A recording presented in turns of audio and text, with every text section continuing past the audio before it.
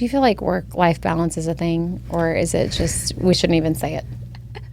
I mean, I think that we need to have balance in our lives and not pour everything into one area. So, yeah. What do you think your daughter has taken away from seeing how hard that you've worked all these years? Oh, gosh. I hope that, she has learned that hard work is worth it. But that also putting family first is important.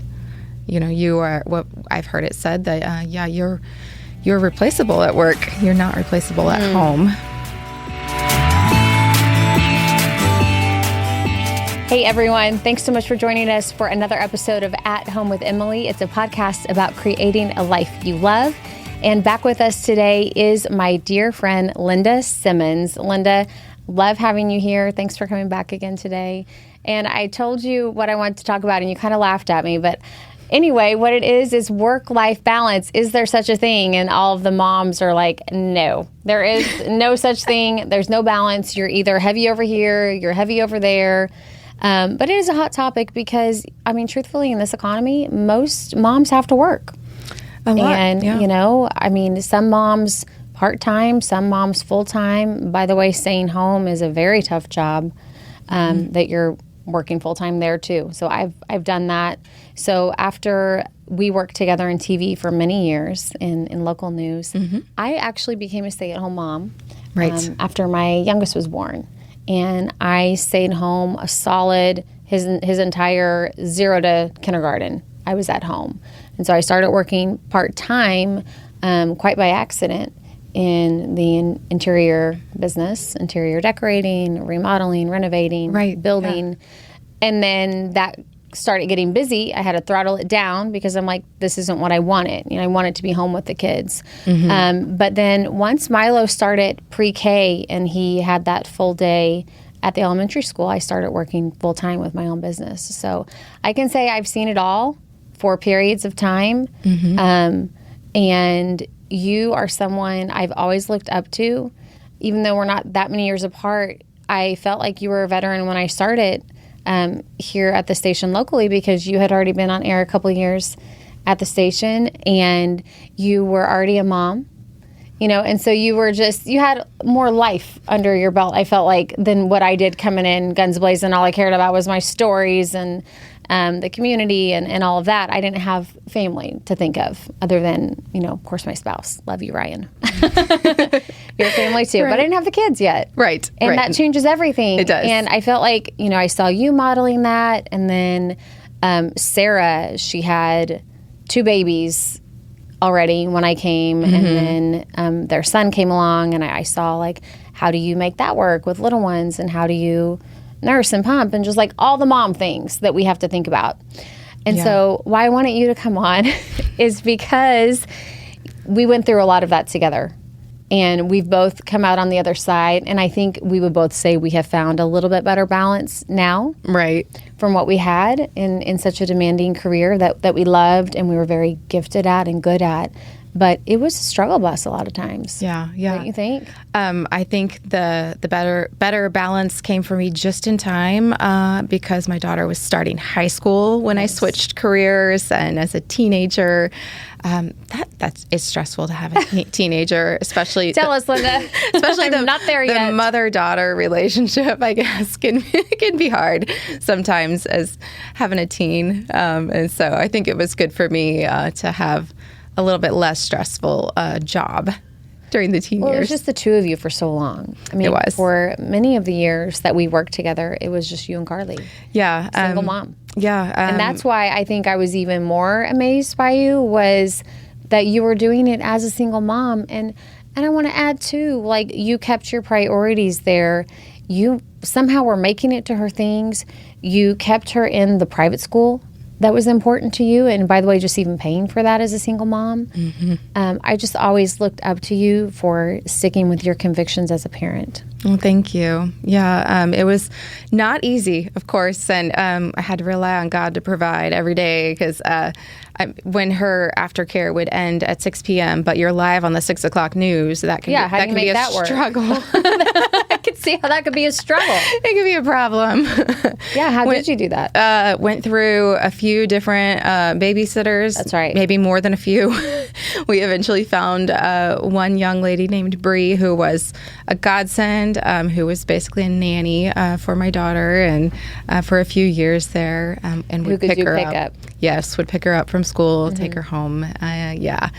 And it was a blessing for sure. But then there were days that there for I don't know how long, here and there, that in between babysitters, or I would go get her in between the 5 and 6 o'clock news. Wow. And she would hang out under my desk, or maybe elsewhere out in the field, and the bosses may not have known.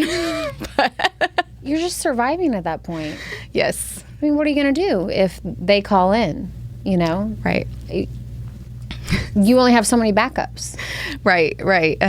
But because your parents are in Kansas, aren't they? Yes, I'm originally from Kansas, and so didn't have the grandparents here. Yep, no grandparents here. We have close friends and our neighbors who, thankfully, many times took Carly in along with their daughter, and would take her to, Alex's Mimi for snow days and things like that. And so she kind of had some adopted family and grandparents here, thankfully, that saved us many times, and lots of different friends who With that came feeling, through for us. of how am I going to make this work? I can remember that feeling, like thinking, okay, I've completely stacked my day. I didn't take a lunch. I haven't eaten anything. I've gotten everything done that I wanted to do, and I'm going to, I've done my 10 hours or whatever it was, and I'm going to eke out of here at 6:12. I've already posted to the web and all the things, and then you get a call when you're in your car going. I remember going to Theo's swim lesson. All I wanted to do was make it to that swim lesson. Yeah. And see him at his first swim lesson. And I had lined up everything to do it. Like, I led both newscasts. I had everything done. I had my web stuff done. And I was on my way out of there. And Doug at the assignment desk is calling, "Hey, kid," how he did. He's like, "We've got breaking news, and they want you on it." And, oh, man. And your heart just falls. Because you want to be an excellent journalist. Mm-hmm. And you have that calling. But then God gave you a child to raise. Right. And so for me, those two things were often in conflict.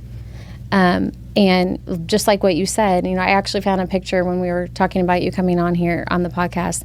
I found a picture of us signing autographs at the Route 66 festival. And there we were together, and I had my 1-year-old with me. I mean, you just make it work. And yes, people get that, but you can't make it work for, a shooting or something like that. Right. You can't take the child, and you're going to miss whatever they're doing. And there's a lot of that. And, I feel like there's more understanding there for dads. Daddy has to work. Mm-hmm. But it's not really the same for moms. Do you feel that?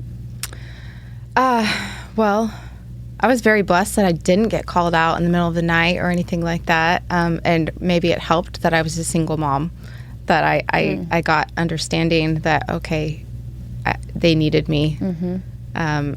My daughter needed me at home. Mm-hmm. So I feel like I was very fortunate, and I was able to get a shift that, worked pretty well. You started coming in earlier, didn't you? I did. I worked doing some of the earlier shows. Yeah, I worked a midday shift, so I would be live at 11 and noon, and then be done by like 4:30. So that was nice. So that felt last like few years. Yeah, some breathing room for you there. Yes. I mean, not during the day. As far as work-life balance and being able to be home in the evening with my daughter, that was good. It was a little stressful at the beginning part of the day getting live by 11 a.m., but yeah, it was a good schedule. Do you feel like work-life balance is a thing, or is it just we shouldn't even say it?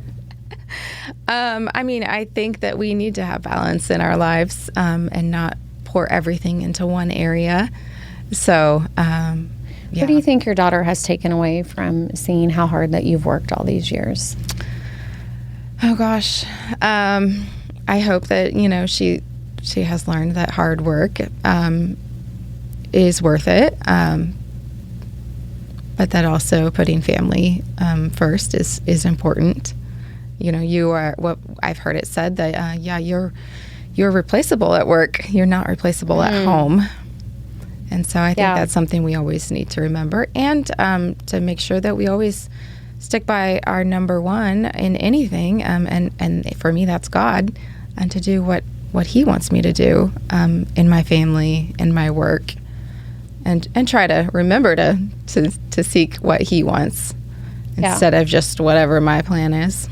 Well, and someone we both know and love has been known to say, major on the personal and minor on the career. Very hard to do when you're as driven as we both are, and that's our nature. And, you know, for me, I got a lot from meeting those deadlines and getting that exclusive story and getting that big interview and maybe a little accolade from an Emmy or something like that, you know. Yeah. That was a big deal to me. I loved that. I loved that process and that creativity.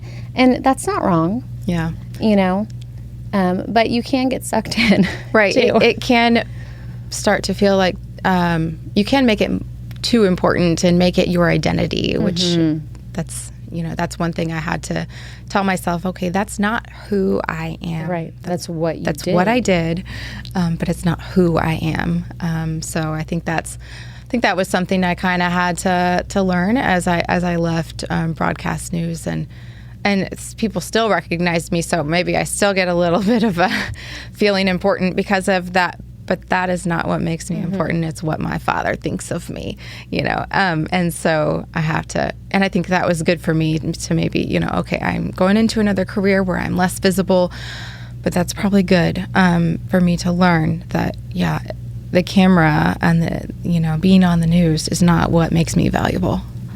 So when you look at your journey as a mom, okay, so Carly was a baby pretty much. She was 1 year old when we came to Springfield. When you came here. And now she has graduated high school. She's graduating this year. Yes. Did she graduate at semester? She graduated at semester. Okay, yes. So graduated 2025. Mm-hmm. And all of a sudden, there it was. You've raised a daughter. You know, that's wild to think about. It's crazy. What you started out thinking success looks like as a parent and a family, and what it is now, has that changed? Well, obviously, our plans are different than God's plans, and my plan was to, you know, be married to the same guy and have, you know, multiple kids, and things changed. You know, I got divorced and then got remarried about 5 years after that, but now I have a wonderful stepdaughter as well, and 4 step grandkids. And so life is different than what I planned. And Carly is, she's very smart and beautiful and doing great at what she wants to do. She's always been strong-willed. We've known that for a long time. And I trust that she's going to go far. And has parenting and everything turned out the way I thought. I guess I didn't really even know what to expect. So the way I grew up, I don't know. I would say my personality was kind of different from my daughter, but I was one of 6 kids, and she grew up an only child. So yeah, you're just kind of figuring it out as you go, I feel like. And I didn't know what it would look like eventually. Probably different than what I originally thought, but it's good. So when you were a young mom, did you ever set a parenting rule that you have since broken? I mean, mine are still little, and I am hanging on to it because my oldest is 9 and my youngest is in kindergarten. So I still have some good years where they might think I'm cool still for a while, I hope. But I know that all changes. Yeah. I would say I don't know if I had a rule that I broke. I would say that I got more strict on the rules because when she was younger and I was newly divorced, I was kind of in survival mode, and I would give in to her begging because I felt guilty or whatever, and or just couldn't deal with it at the time. Yeah. And eventually I learned to set stronger boundaries and learned to think about my response before telling her, okay, no, you can't do that. And once I say no, stick to it because as a younger mom, I kind of gave in too much, and I didn't discipline as well as I thought I should have. And then over the years, kind of learned, okay, wait, I need her to respect me. Dad is no longer in the house, and I need her to. I need to be the one that's doing the discipline most of the time and set this limit. When it's just the two of you. Mm-hmm, yeah, and so I had to learn to set boundaries. Okay, and you need to, if you don't do what you're expected to do, then this is the consequence. And so I had to practice doing that a little more. And so she's now working at a veterinarian's office? Yes. Loving that? Yeah, she's always been an outdoorsy kid, animal lover, and she's working at a vet clinic now and taking college classes online. So, yeah. And so you have to be very proud as a mom. She's doing well. Yes, I'm proud of her. And so ultimately our goal as parents is we still have a relationship with our kids. Mm-hmm. For you know that your kids have seen your spiritual life, or your child has seen your spiritual life. Yeah. And wants to emulate that and follow that and have a spiritual life for themselves. Right. Yes. What else do you think it's going to be that makes you feel like a job well done? Yeah, well, the spiritual life would definitely be a big one. Yeah, I want her to always follow, Jesus. And other than that, I want her to have balance in her life, not put money first, not put, job very first. I just want her to have things in order, which I think we learn all as we get older. As we go. We think as a young person that we have it all figured out. Oh, yeah, we're going to do it all. And so I just hope that she puts first things first, God first, family, then job, I would say. Yeah. But looking back on your journey, I think you should be proud of yourself. Well, thank you. As a mom. I think you should too. I have a long way to go, but thank you. Oh, me too. I'm still not there. And just like you said, I think anytime that you make a decision where, okay, career's going to go over here for a little while and these years, I feel privileged that I was able to do that. Yeah, and that's awesome. And what's amazing about it is the career's always waiting on you. Mm-hmm. That will always be there. Because I think there's a fear that if you leave the workplace, that's it. Right. You're done. And I haven't experienced that. There was a time when Carly was little and she begged me to homeschool her. And I'm like, well, hon, that's not really an option. But for moms that have that opportunity, like I have a couple sisters who are stay-at-home moms, and my mom was a stay-at-home mom. I think that's great. I didn't have that opportunity. But, yeah, our kids are so important and our biggest contribution to this world, I would say. Good point. Anything else you want to add? I don't think so. I just thank you for having me. And it's been nice to catch up, and we can do it outside the podcast too. Yes, we can. Yes, we can. And always good to have other moms around to support each other. Yes, and we're all in it together. And remind each other that we're doing a great job. Yes, absolutely. And thank you for joining us for this episode of At Home with Emily. If you are watching us on YouTube, please be sure to like and subscribe so you're notified when our next episode drops. It's every Wednesday. You can also follow Around the Ozarks on social media on Facebook and Instagram. And be sure to head to aroundtheozarks.com where you can sign up for our daily newsletter. We'll see you next time.